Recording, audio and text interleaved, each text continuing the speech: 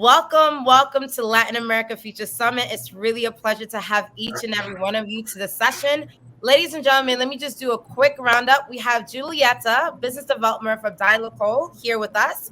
Gabrielle, Transformational Architect and Red Hat Open Innovation Labs. Mariana Segal, VP of Strategy and Alliances at Geopagos. And Miguel, VP of People at Conecta.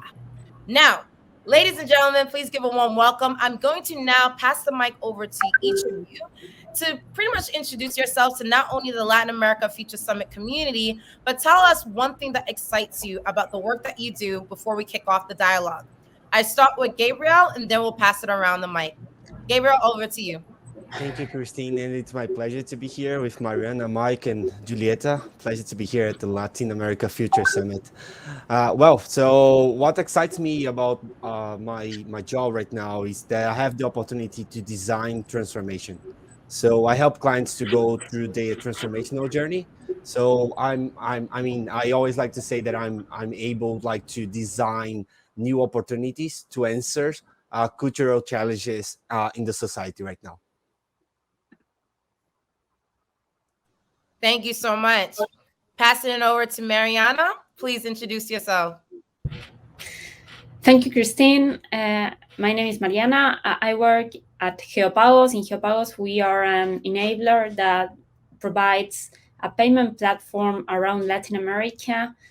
Currently, I work as a VP for strategy and partnerships. And what's exciting about my job is that I am able, from my company, to change the market of payments all around Latin America. We are working with merchants all around the countries we operate in, and we can include many of them in the financial system that currently they were not using. So we are changing the future of payments as we speak.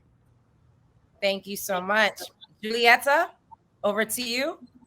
Thank you, Christine. Hi, everyone. Well, thank you very much for the opportunity of being here. So basically, my role at DeLoca is I'm a business developer. I think that, what really drives me of my role and being part of such a great company as DeLocal is, as Mariana was saying, we are also introducing into emerging markets, which is our focus. Basically, this new way of being able to access payments. We try and close basically the gap of international merchants and try to help them and be a local guide in different emerging markets regarding the local payment methods that actually work there, the user experience, the consumer behavior, the regulatory scope, in most of the complicated markets that you can imagine being able to sell. So I think that even though you can see DeLocal and what we offer maybe just as a payment service, I think, and what I like about my job is that we become more than that. We become a facilitator, a partner. So I think that is for me. Well received. Thank you so much. And last but not least, Mike, please let us know what you do and introduce yourself.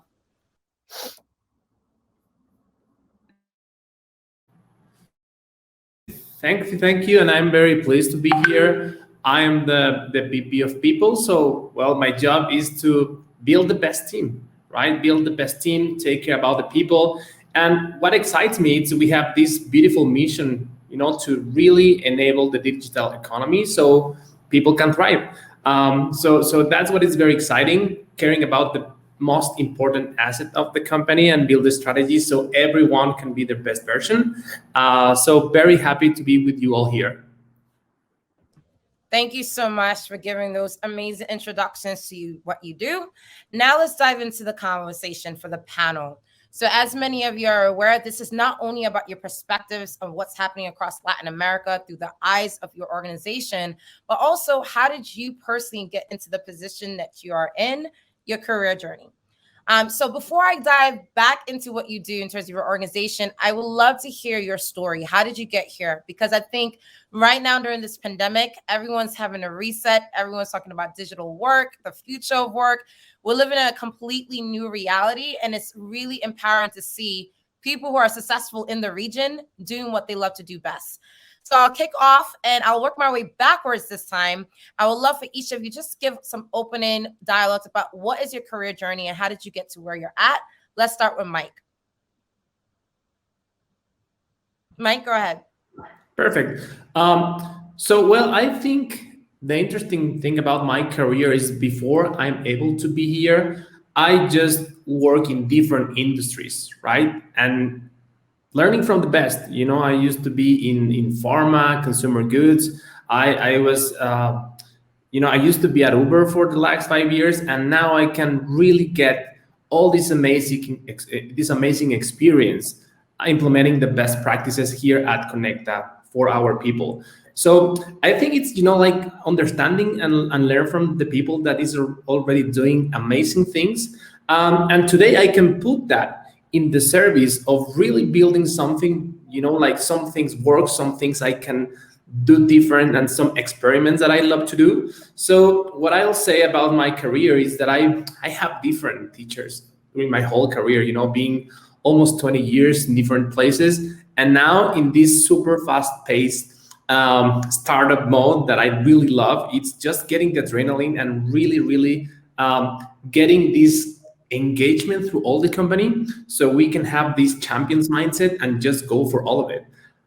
So obviously this is what I learned in my career. Like some things work in this fast-paced environment. Some of them needs to be better, needs to be faster. So I think that will be the sum of how I get here, and I'm very happy to just start doing things differently. I think that is, the appetite of this startup mode.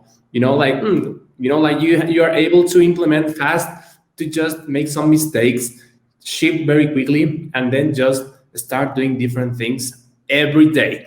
That's amazing thing about just being here in this industry. Well received, Mike. And I see some engagements and excitement of all the startup entrepreneurs on the chat feed reacting. Julieta, please tell us your career journey. How did you get here? Well, on my end, do not have such a long career journey, maybe as Mike. But I did have a small, let's say, a change in an industry, and basically more than industry, just in the dynamic of the kind of company I got involved with. So I started my professional career working at Scotia Bank, and then I jumped into the local. And I think I agree totally with Mike, and then I can say I basically my professional path has been really been built up at the local. So I think that I could be kind of like a newborn in this industry of startups and fintech, and I couldn't see myself in any other dynamic. So this fast changing environment in which you're always challenged, you always have new things, you always have, I think is what thrives me, and not also myself, but I can also see that at the local team. So yes, I think that for my career path, I just see it more in the future. Just sticking to this kind of companies. I think that they are what really thrives. I don't know, challenges and people to actually, it can take the best and the worst out of you, but you're always learning. And yes, that's where I see myself also in the following years. Thank you so much. Well received. And Mariana, let us know, how did you get here? How did I get here? Actually, I started technical. I come from a technical background, so I started working in technology companies, in really big ones.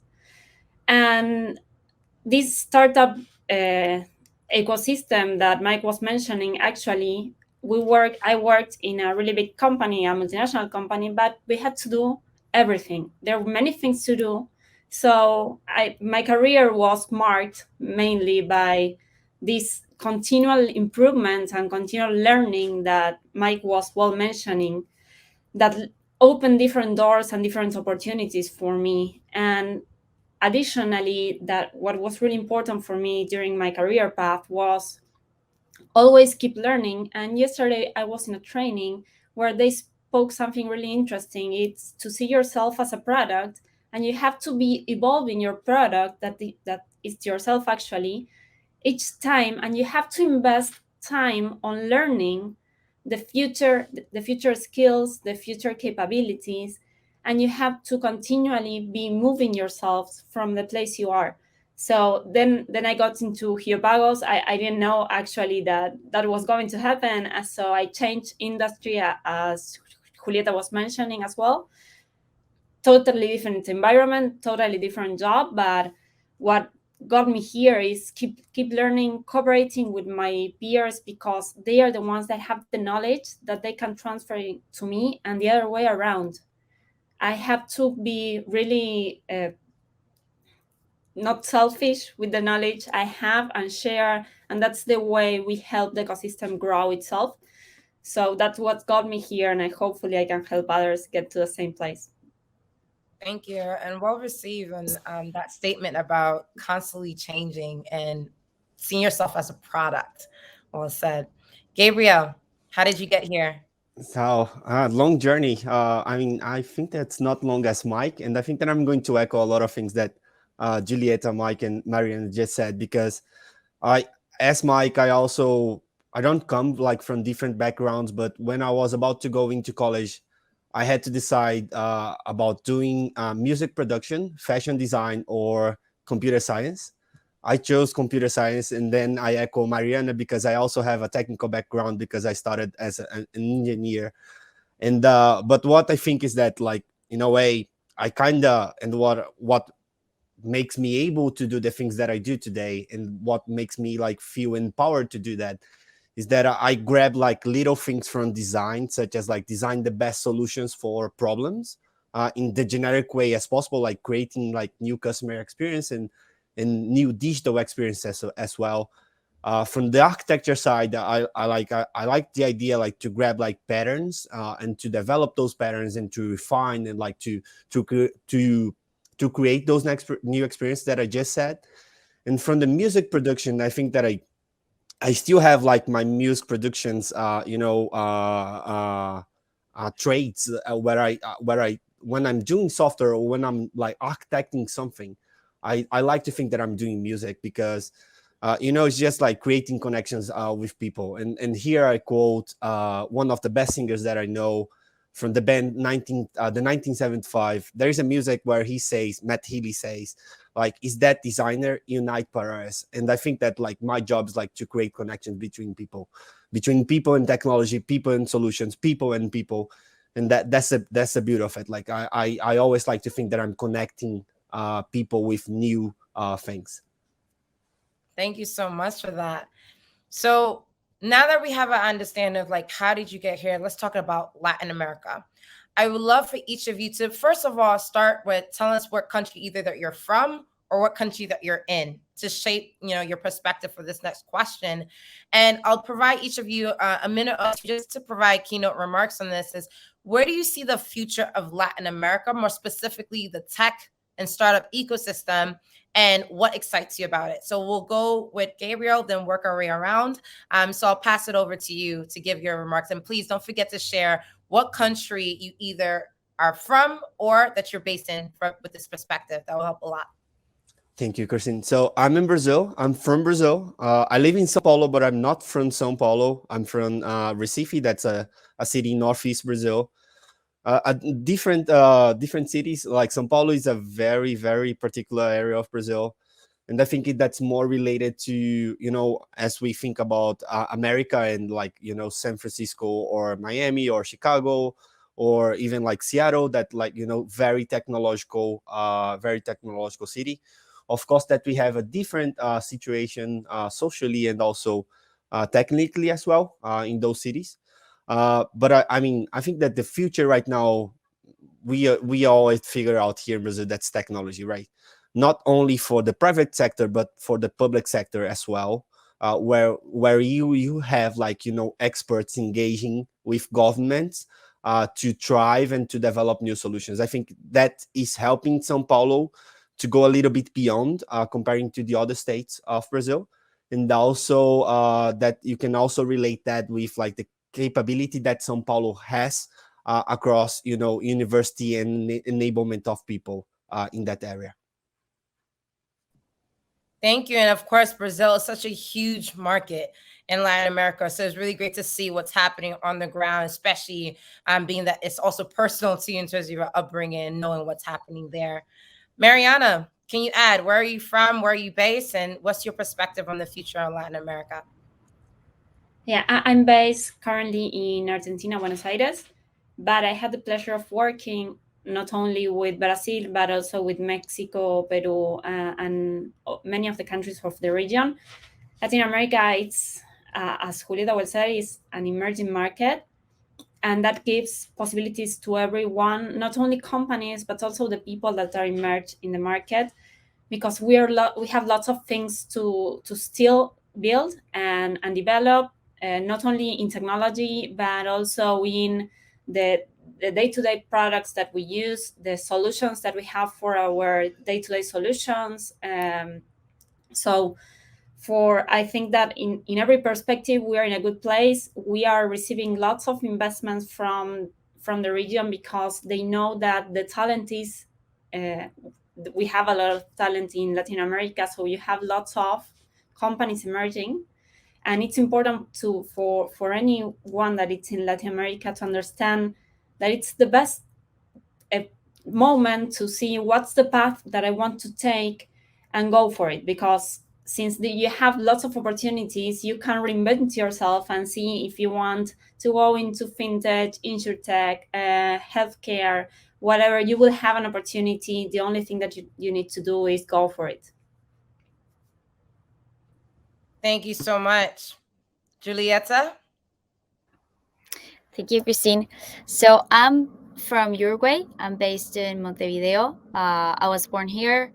I had a pretty much international childhood then. I moved around with my family, but now I'm based in Montevideo again. So I think as well, Gabriel and Mariana, and I imagine Mike as well, we get to see very firsthand what goes on in Latin America. I agree with what both Mariana and Gabriel have been commenting, is that I think Latin America is growing in the appetite for new solutions, for more disruptive way of basically interacting between users and buyers. What on my end, I'm a business developer, so I get a lot of the first-hand touch with the clients and what they want to do in different markets. So I see a lot of international clients really, really interested in being able to come into Latin America, understand the market, understand how they will be able to sell with their with the products they bring, with the user experience they wanna kind of in a way maintain and transmit, but at the same time adapting on what really is used in each of the single markets. And I think the Latin America is growing into that sense as well. We are looking also into other markets. So enterprises are actually hiring a lot of international people. We want more globalized teams. So I think we're trying. We have, in a sense, we understood the power we have. So I think we know we are a huge market. And we know that we still need a lot to grow and to professionalize in that sense as well. Well said. And Mike, I just wanted to add to, if you could also add a little bit of perspective on culture. I know you're a big proponent around culture as well. So looking forward to hearing your response on this question and your perspective on this. Yeah, of course. I think regarding about culture, I think there's a huge perspective about the talent market that is available. I think what excites me, and I think my fellow speakers here, is that we also have this LATAM spirit about being game changers. So I think it's putting all our talent at a service of changing the rules of the game, and also like getting these disruptive solutions so we can thrive as a region. I think that's what we are passionate about. And there's a lot of talent, right? I think we're catching up on that. And we are also demonstrating that we have the right culture, the right talent, and the right ingenuity, right, for making those change happen. So I think that that's the only thing that I will add, Christine, on this regarding culture. No, well said. And country. Where country are you calling in from? I'm from Mexico City, and I'm sitting here in Mexico as well. Thank you so much. So I know for time is moving quickly. So for the last question, we talk a lot about Latin America, your career, how you expanded within the region. I wanted to close by giving you each the opportunity to talk a little bit about capital raising in the region, especially from your perspective. I know every entrepreneur who's on this call is going to ask this question anyway. So would love to hear each of you to talk a little bit about capital raising in the region. Is investment happening in Latin America within whether it's Mexico, Argentina, Brazil? Are you seeing activations, and how do you tap into that support? So I'll start actually with Mike and then work our way up. So Mike, please let us know your perspective on this around capital raising in the region. I think, and this is something that we have been seeing in, lately. Conecta have been here for like since 2011, right? So we have been here, and we have been seeing how Latin America is being the focus of investment. We have seen more like great companies that are thriving. So I think the opportunities here, I think the interesting, not just in Latin America investments, right, but also worldwide, they are very interested. But talking about people, there is also a huge investment. For example, engineering hubs for big companies that now are arriving to Mexico, right? We have a huge hub in Guadalajara, in Mexico City, Sao Paulo, Argentina, all other countries that has amazing talent for developing things, right? So it's not just about investing in capital, but also how us as startups, us as these emerging companies are trusting in Latin American talent. Also, big companies are like going back and seeing us as a huge source of talent as well to develop their products. So also, the last thing that I will add is how some companies are really investing in building things for the LATAM and emerging markets. It's very interesting, right? Because I think we have been proved that we have a very unique needs on the market that needs to be served as well. So I think those will be my two perspectives: interesting in capital, but also in talent, Christine. No, it's important. I think, again, with this pandemic, that's all the conversations. Like, how do we invest in capital? It's not a financial thing that we need to invest in, but also the people. And you're head of people. So it makes sense that you're very passionate about this subject. Thank you for that. Julieta, please, your perspective. So I think that on my end, well, I actually saw a kind of this investment in Latin America. Well, basically with the local. So for the local, it began as a very small company in a very small country. So in Uruguay, we're 3.4 million people in the whole country. So for us, we always say it is a milestone to actually have built something as the local nowadays. And we had a lot of funding. We raised a lot of capital, and now we are huge. We are public in NASDAQ since June 2021. So I think that, as Mike was saying, there's a focus not only on products, not only on maybe solutions, but also on people. So I think there is an investment in Latin America in general for various areas, and I think that we will continue to develop. And also, I think Latin American people have also began to engage into more thriving and more challenging scenarios in what regards the professional areas, and have also started looking outside of Latin America, which in a sense makes everything more interconnected, everything more globalized, and brings more attention into a region, which I think has a lot of potential. Well received. Thank you for that. Mariana, you want to add to that? Julieta gave a really good perspective on this and what she's seeing. Yeah, what I'm saying is all VCs are focused. They are focused or have a venture, a fund that it's focused on LATAM. We see great movement in this area, and capital is coming. But I think it's not only because that we have the potential and we have the people, but because the borders have been erased. An investment in LATAM is actually an investment for the world. Whether we perform, we have a company in LATAM operating in LATAM, does not mean that that company cannot operate in other places of the world. And I think that this virtuality, this pandemic that has changed the perspective for all of us, has changed the perspective for the VCs as well. And now they understand that an investment in LATAM is not only LATAM. It's an investment of changing the industry in whatever sense they have. So it's an investment actually for all the countries that we have.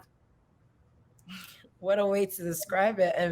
Investment in LATAM is not just an investment in LATAM. Gabriel, some quick remarks on this. Sure, and I think that like just to echo what Mariana said, it's just like about creating connections with Latin and the other regions of the world, right? And I can definitely speak about, you said, Christine, about investments. So there are two major financial technologies raising up here in Latin right now. That's open banking and real-time payments. That's almost like a reality for every country here in Latin America. I think that's going to drive a lot of the scenarios that Julieta and Mike said, because regards like engaging with new ways to do investments and also a new way to raise capital, that's going to generate the need like for the companies, like to raise new talents and also to maintain the talents that they have. So those are going to be very important, and I think those are going to direct some of the discussions that we are having right now. Thank you so much. And so I know we're out of time, but I definitely want the audience to continue this dialogue. I know we're sharing your LinkedIn feed, so you expect to get some people reaching out to you after the summit. But I just want to say thank you again for coming on Latin America Future Summit. Not only were you able to provide some perspective on what's happening in the region, your passion as well. It was nice to see some of the things that excite you, whether it's design, whether it's culture, whether it's people, talent, or just funding, or just what's happening in the region in general. It was nice to see that engagement, but also how did you get there? And I think for a lot of people, as said on this panel, there's a lot of excitement for the region. And I think, Mariana, I think I'm going to end on your note that, an investment in LATAM is not just invest in the region. It's going to impact the world in many different respects. So thank you so much, each of you, for joining us. Ladies and gentlemen, please give a warm virtual round of applause to our amazing speakers and their thought leadership today. It was a pleasure to have each and every one of you. Thank you so much. Thank Ciao. you. We'll be in Thank touch. you, Christine. Bye-bye.